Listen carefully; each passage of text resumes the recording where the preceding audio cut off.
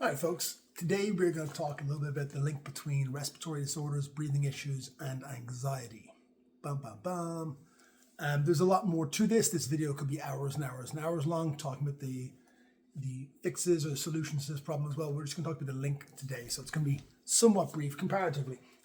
So you guys know my good friend Pudding here. Pudding's just going to relax over here. Hopefully he doesn't take a spill. Maybe a little bit safer here. Okay, so there is a significant and demonstrable link between anxiety, emotional cognitive dysregulation, and disordered respiration. First and foremost, what does disordered respiration look like? I'm not going to go into the depths of it in this video, but I'm going to give you guys a couple of examples of relatively shitty breathing patterns and positions. If you sit there, watch yourself, and take a relatively deep inhale, if you see everything come up like that, great. That's not ideal at all. We'll talk about why in a moment. If you're someone who diaphragmatic breaths, and you get, that is not ideal either. In the ideal world, you want to see more posterior mediastinal expansion. If you guys see the back of my shirt, here, a 360-degree expansion of the rib cage itself, so I'll also get some anterior expansion. Now, there's no way to just think yourself into this. I often come under fire for criticizing yoga. I love yoga, but I despise when in yoga classes people tell someone to breathe into your. I can't tell air where to go. If I could, I would fart into my hand and have it chase down people that annoyed me. But thus far, every time I have tried that, it has failed. So, air responds to systems of pressure, so we can create systems of pressure within the body that direct air where it's supposed to go. We can entrain those as motor patterns that the brain preferentially selects to make that happen. But let's go back and let's start off with the breathing, okay? So, you guys know my assistant coach, of course. He's going to make a little cameo. So, we've got Pudding here. What is the diaphragm? The diaphragm is our primary respiratory muscle.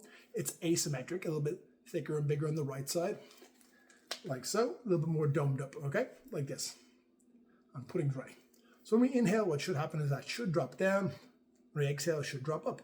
So be nice and domed here. When we inhale, it flattens out like this and pulls air in, as if I was pulling, well, anything really down like this into a vacuum, drawing air in through the mouth. Okay? Now, for very many reasons, very many, including what most people think is good posture, chest up, shoulders back. When that happens, when you do that chest up, shoulders back, or if your pelvis has dumped forward into anterior tilt, which with modern weight training and fitness methodology very often will. If you have a trainer, they'll very often tell you chest up, shoulders back. Yeah, that's crap. Don't do it for most exercises.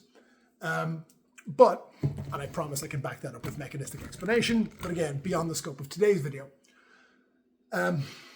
When we have this rib flare position, you guys see, and again, I'm actually wearing a non-black shirt for a change, so you guys can actually see, right? Here's a decent, relatively decent position. If I'm walking in everywhere, ribs first like this, if this is my rib cage, the rib cage has gotten circumferentially bigger. The diaphragm, like any other muscle, is finite in length, unless you're not human. So once it gets, that rib cage gets circumferentially bigger, it's expanded like that by default. The diaphragm gets long and can no longer descend when you inhale. If the diaphragm can't drop down, you can no longer breathe anymore. Probably not a good long-term strategy, so what the brain does is gives us another way to breathe. For most people, that's going to look like an elevatory pattern of breathing. I'm going to show you guys again. If you guys look at my neck tone, so I have a big old neck, because I used to do a lot of bad neck breathing and a lot of kind of powerlifting style lifting. But if I do a big neck breath, watch the tone in my sternocleidomastoid here, which I have huge ones anyway. Right? That's not what you want on inhale. These are accessory muscles of inspiration, of respiration. They shouldn't be the primary drivers. So if you're someone who suffers with lots of neck tension, if you go to a massage therapist or any sort of other therapist and they tell you, hey, you hold all your tension in your neck, chances are it's because you breathe with it 23,000 times a day. And that's roughly how many times most people will breathe per day. If that is you, for someone who holds your tension in your neck, there is no amount of massage therapy, stretching, or other stuff that's going to get that tension to go away until your brain has a better way to breathe. Because if we turn it off, if the massage therapist gets in there and loosens it all out, or physical therapist or whoever else, and your brain doesn't have another strategy to breathe, its only option to stay alive is to default to that previous strategy. So, with that said, when we have this elevatory pattern of breath, okay, for very many reasons, the ribs are flared, everything comes up like this, and not a 360-degree expansion.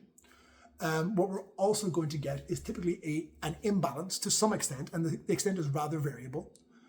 We're going to get an imbalance of oxygen to carbon dioxide. This is very relevant. We talk about anxiety, PTSD-like symptoms, hypervigilance. As someone who had these things as a direct result of my body position, my head, neck, chest, thorax, pelvis position, I can absolutely vouch for that, but it's also recognized in the scientific literature. So when we have this elevatory pattern of breathing, we drive more air to the anterior portion of the lung, and we get a higher oxygen uptake. And we always think oxygen good, carbon dioxide bad, it's just a waste gas or an inert gas. It's just not true. There's a thing called the Bohr effect. And if you guys remember the high school chemistry, Niels Bohr got the electron theory, the electron orbit. His brother, high overachievers, his brother came up with the Bohr theory. And what that is above a certain pH, the red blood cells, the hemoglobin, do not allow the oxygen to dissociate from them and be delivered to local tissues, brain, muscle, etc. Okay? What that would look like at a very extreme level would be a panic attack. I'm sure you're all familiar with a panic attack. So a panic attack, someone is breathing in high volume and high cadence. So high frequency, high volume. And all of a sudden, they've got less available sensed air. Now, why is that? Because very obviously they're breathing in lots of air. So there's obviously a mismatch between their perception and the reality, or the availability of oxygen in reality. And there's a couple of things at play there. Number one, and this is directly related to anxiety, by the way, because not everyone's walking around in a panic attack, but some people are walking around in a subclinical panic attack, a subclinical respiratory alkalosis, whereby they have high elevated cortisol, the stress hormone, as a direct result of the respiratory pattern. This is not everybody, but it's a decent chunk of the population who could just be happier and more relaxed at all times if they just manage the respiration. And I say that as someone who was that person.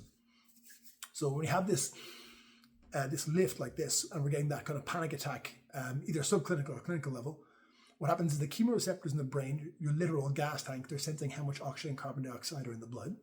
They get a little bit broken, right? They get a little bit disturbed, and they think you're empty when you're actually full, half full. Your gas tank meter is off. It thinks it's empty when it's half full. So what does it do? It tries to top up again. Fast breaths, higher cadence, higher volume than necessary. When we have this, it becomes a feed-forward cycle, because what's going to happen is, as we do this, we take in more oxygen, which then drives the availability of oxygen that's circulating down even further, telling the chemoreceptors in the brain, hey, we need more oxygen. So it gets worse and worse and worse and worse.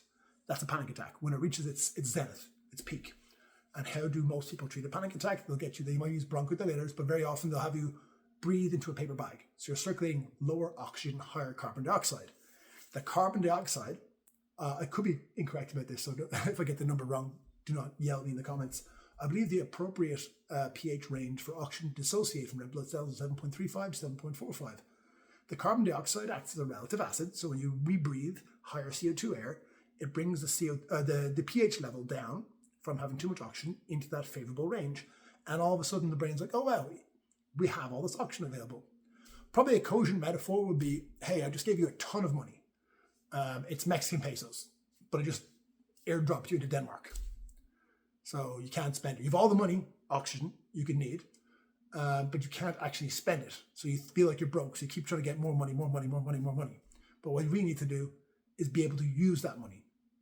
Hope that makes sense to some of you. So that's the significant link between the two. That is trainable to come out of that, but you can't just go, oh, I'm going to breathe less, or I'm going to turn these off. The way the brain will allow you to do this is by getting a new movement pattern, ingraining a new movement engram. And how that's going to happen is when two main criteria are established. It has to be deemed to be safe and deemed to be efficient. That means you're not going to be able to jump into high-level activity using this as a strategy yet. It has to be done in a very simple, safe context and then built up. There are positional considerations to give the diaphragm appropriate leverage and shorten it, of course. And I can't stress enough how powerful this can be for some people. I've had people cry when I'm working with them on the table doing this. And this can be done over Zoom. People get, and I'm not being funny, instant mobility back when they appropriately manage the respiration. Probably more of note to me nowadays. I work with a lot of performance athletes, but I also work with a lot of general population folks. And the amount of people who come to me and just say they just feel happier, calmer, emotional cognitive variability, the ability to have different states of mood, is dependent on physiological variability. That's a big, big statement. But when we allow ourselves to do this, to breathe appropriately, we free up physiologically, and again, there is mechanistic explanation for this that is beyond the scope of this video, but we free up physiologically many ranges of motion, but also emotionally, and from a nervous system standpoint, we free up the availability of a parasympathetic nervous system state. If we're constantly hyperventilating, our system is under stress at all times, is a low-grade sympathetic response. So your fight or flight is always kind of just ticking over, and your rest and digest is just not happening. So it's very hard to be and I'm not being funny here, because again, I was this person for a good majority of my life, but it's very hard to be a well-regulated, self-actualized human being with good emotional connection and emotional regulation if your respiration is not first and foremost taken care of. I used to work with a psychology firm in New York City when I lived there, and I showed them how to recognize the symptoms, the physiological symptoms and presentation of poor respiration. And very often they would send people to me, and all we would work on is respiration. We wouldn't do anything else significantly more complex than that. And they needed a lot less anti-anxiety meds. People felt better in general. They reported better outcomes, less antidepressants, etc. I'm not saying it's a panacea, it's going to be a fix-all, but for very, very many people, this one small change and then integrating that, if you're into strength and conditioning or sports, integrating that will significantly improve your performance across the board, your strength, your power, your recovery, but also you'll just feel better. So the TLDR version of this is inappropriate respiration will drive up anxiety and drive down feelings of well-being, relaxation, rest. That's it. There is mechanistic explanation and literature to support all of this. But like I said, I want to keep this video relatively simple and somewhat short. That's it for today, guys.